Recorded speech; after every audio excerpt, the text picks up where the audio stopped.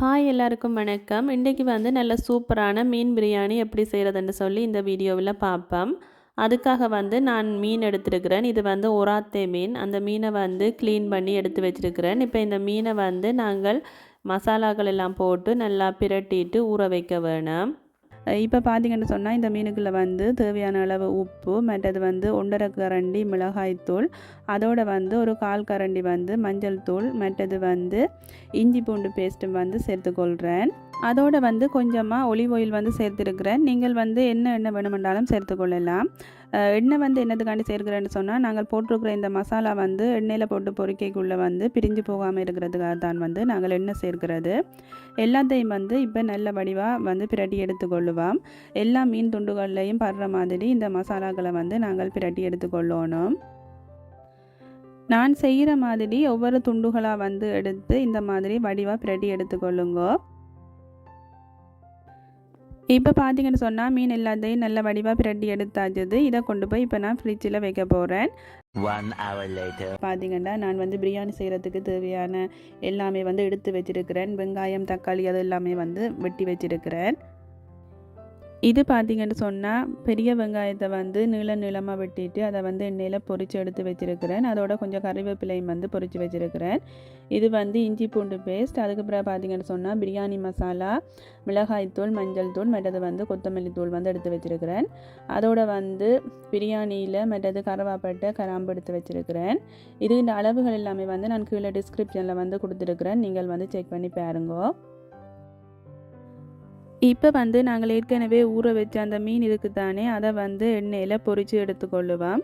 இந்த மாதிரி கொஞ்சம் எண்ணெயை வந்து கொதிக்க விட்டுட்டு அதை கொதித்தது பிறகு இந்த மாதிரி மீன் துண்டுகளை போட்டு அதை வந்து நாங்கள் பொரித்து எடுத்துக்கொள்ளுவோம். மீன் வந்து பொரிக்காமலும் வந்து போடலாம். ஆனால் பொரிக்காமல் போட்டிங்கன்னு சொன்னால் அது வந்து சில நேரம் பிஞ்சு வந்துடும். மீன் வந்து சரியான சாஃப்டான இது தானே, அதால் வந்து பொரிக்காமல் போட்டிங்கன்னு சொன்னால் பிரியாணியோட வந்து அது எல்லாமே பிஞ்சு அந்த முள்ளுகள் எல்லாமே அதுக்குள்ளே போடும். அதால் இந்த மாதிரி பொரிச்சிட்டு செஞ்சிங்கன்னு சொன்னால் ரொம்பவே நல்லா. இப்போ வந்து சட்டியை சுட வச்சுட்டு அதுக்குள்ளே வந்து நெய் சேர்த்துருக்கிறேன். நெய் வந்து உருகினதுக்கு பிறகு நான் வந்து பிரியாணியில் கருவேப்பிலை, கிராம்பு வந்து சேர்த்துக்கொள்கிறேன். இதை வந்து சேர்த்துட்டு அதிலிருந்து கொஞ்சம் வந்து ஒரு வாசம் கொண்டு வரும். அந்த மாதிரி வாசனை வரைக்குள்ளே வந்து நாங்கள் வெட்டி வச்சிருக்கிற வெங்காயம், பச்சை மிளகாய், கருவேப்பிலையை வந்து சேர்த்துக்கொள்ளுவோம். பிரியாணிக்கு வந்து எப்பயுமே வெங்காயம் வந்து ரொம்பவே அதிகமாக சேர்த்துக்கொள்ளணும். அப்போ தான் வந்து டேஸ்ட் வந்து ரொம்பவே நல்லா இருக்கும். இப்போ வந்து வெங்காயத்தை வந்து நல்லா வதக்கி கொள்ளுவோம். இது வந்து நல்லா பொன்னிறமாக வர வரைக்கும் இந்த மாதிரி வதக்கி கொள்ளணும். வெங்காயம் வதங்கினதுக்கு பிறகு நான் வந்து அதுக்குள்ளே இஞ்சி பூண்டு பேஸ்ட்டு வந்து சேர்த்துக்கொள்கிறேன். இஞ்சி பூண்டு பேஸ்ட்டை வந்து சேர்த்துட்டு ஒரு 2 நிமிஷம் வந்து அதையும் வந்து வதக்கி கொள்ளுவோம். அதுக்கு அந்த பச்சை வாசனை போகிற வரைக்கும் நாங்கள் வந்து வதக்கி கொள்ளணும். அதுக்கு பிறகு பார்த்தீங்கன்னு சொன்னால் நான் வந்து வெட்டி வச்சிருக்கிற தக்காளி பழத்தை வந்து சேர்த்துக்கொள்கிறேன். பிரியாணிக்கு வந்து வெங்காயமும் தக்காளி பழமும் வந்து கொஞ்சம் அதிகமாக போட்டுக்கொள்ளணும். இப்போ வந்து தக்காளி பழம் வதங்குறதுக்காக நான் வந்து உப்பு சேர்த்துருக்கிறேன். உப்பை வந்து சேர்த்துட்டு இதை வந்து நல்லா வதக்கி கொள்ளுவோம். தக்காளி பழம் வந்து நல்லா இந்த மாதிரி மசிஞ்சு வர வரைக்கும் நாங்கள் வந்து வதக்கி கொள்ளணும். தக்காளி பழம் வதங்கினது பிறகு நாங்கள் எடுத்து வச்சுருந்த அந்த மசாலா பொருட்களை வந்து சேர்த்துக்கொள்ளுவோம். அதுகளை வந்து சேர்த்துட்டு இந்த மாதிரி நல்லா வந்து வதக்கி கொள்ளுவோம். மசாலா பொருட்கள் சேர்த்ததுக்கு பிறகு அடுப்பை வந்து நல்லா குறைச்சி வச்சுக்கொள்ளுங்கோ. குறைச்சி வச்சுட்டு ஒரு 5 நிமிஷம் வந்து இந்த மாதிரி நல்லாவே வதக்கி கொள்ளுங்கோ. இந்த மாதிரி எண்ணெய் பிரிஞ்சு வர வரைக்கும் வதக்கினீங்கன்னு சொன்னால் தான் பிரியாணி வந்து நல்ல ஒரு டேஸ்ட்டாக வரும். இப்போ வந்து நான் இதுக்குள்ளே வந்து தண்ணி சேர்த்துக்கொள்கிறேன். நான் வந்து இன்றைக்கி 2 கப் அரிசி எடுத்துருக்கிறேன். அதுக்கு வந்து இப்போ 3 கப் அளவுக்கு வந்து தண்ணி சேர்த்துருக்கிறேன். பொதுவாகவே வந்து பார்த்திங்கன்னு சொன்னால் 1 கப் அரிசிக்கு 2 கப் அளவு தண்ணி தான் வந்து கரெக்டாக இருக்கும். சில அரிசி வந்து தண்ணி வந்து கொஞ்சம் குறைவாக எடுக்கும். அதால் வந்து நான் முதல்ல வந்து 3 கப் தண்ணி வந்து சேர்த்துருக்கிறேன். அதுக்கு பிறகு வந்து பத்தாட்டி மிச்சம் வந்து சேர்த்துக்கொள்ளலாம்ன்ட்டு. இப்போ பார்த்திங்கன்னு சொன்னால் தண்ணி வந்து நல்லாவே கொதிக்க ஸ்டார்ட் பண்ணிட்டுது. இப்போ வந்து நாங்கள் ஏற்கனவே வந்து ஊற வச்சுருந்த அரிசியை வந்து சேர்த்துக்கொள்ளுவோம். இந்த அரிசி பார்த்திங்கன்னு சொன்னால் ஒரு 1/2 மணி நேரத்துக்கு முதலே வந்து நான் ஊற வச்சுட்டேன். அரிசியை வந்து ஊற வச்சுட்டு சேர்த்திங்கன்னு சொன்னால் தான் சீக்கிரமாகவும் ஆவியும் அரிசியும் வந்து சோறும் பார்த்திங்கன்னு சொன்னால் நல்ல நீளமாக வந்து வரும்.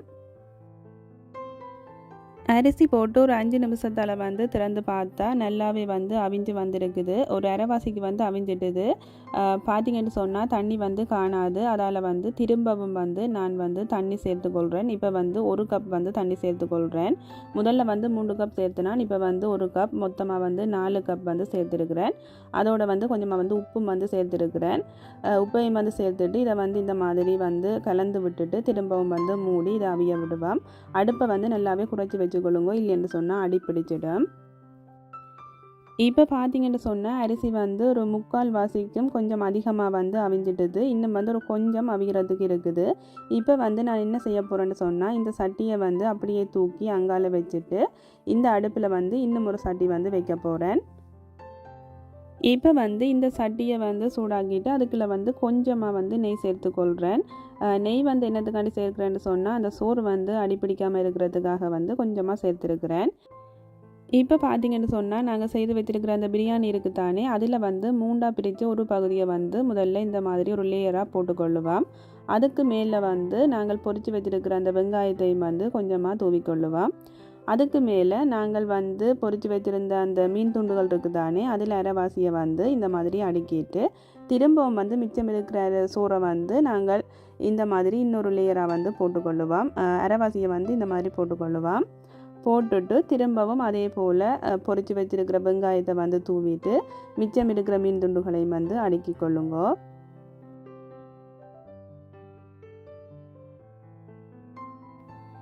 மீன் துண்டுகளை அடுக்கிட்டு திரும்பவும் வந்து மிச்சம் இருக்கிற சோறை இந்த மாதிரி மேலே போட்டுக்கொள்ளுங்க. மீன் பிரியாணி வந்து இந்த மாதிரி செய்து பாருங்க, ரொம்பவே வந்து டேஸ்ட்டாக இருக்கும். நானுமே வந்து இதுதான் ஃபர்ஸ்ட் டைம் வந்து மீன் பிரியாணி செய்கிறது. இதுக்கு முதல்ல வந்து சிக்கன் பிரியாணி எல்லாம் செய்திருக்கிறேன். ஆனால் வந்து மீன் பிரியாணி வந்து இதுதான் வந்து ஃபர்ஸ்ட் டைம். ரொம்பவே வந்து டேஸ்ட்டாக வந்து இருந்துச்சு. நீங்களும் வந்து ட்ரை பண்ணி பாருங்க இதே போல். இப்போ வந்து நான் மிச்சம் இருந்த பொரித்த வெங்காயத்தையும் மேலே தூவிட்டு இந்த மாதிரி ஒரு அலுமினியம் கவரால் வந்து மூடிக்கொள்கிறேன். அதுக்கு பிறகு இதை வந்து மூடி போட்டு மூடிட்டு ஒரு 10 நிமிஷம் வந்து அவிய விடுவேன். அடுப்பை வந்து நல்லாவே குறைச்சி வச்சுக்கொள்ளுங்க. எவ்வளவு குறைக்க முடியுமோ அந்த அளவுக்கு நல்லாவே குறைச்சி வச்சு இதை வந்து அவிய விடுவேன்.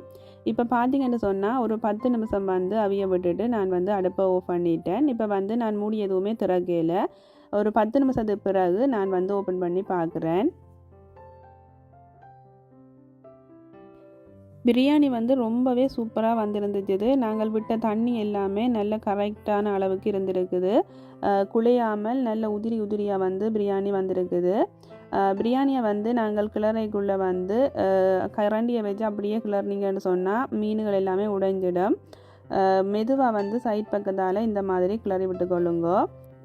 பிரியாணிக்கு வந்து ரொம்பவே முக்கியமானது கொத்தமல்லி இலையும் புதினா இலையும். அது வந்து என்னட்ட இல்லைன்றதால நான் சேர்க்கல. உங்கள்கிட்ட இருந்துச்சுன்னு சொன்னால் சேர்த்துக்கொள்ளுங்க.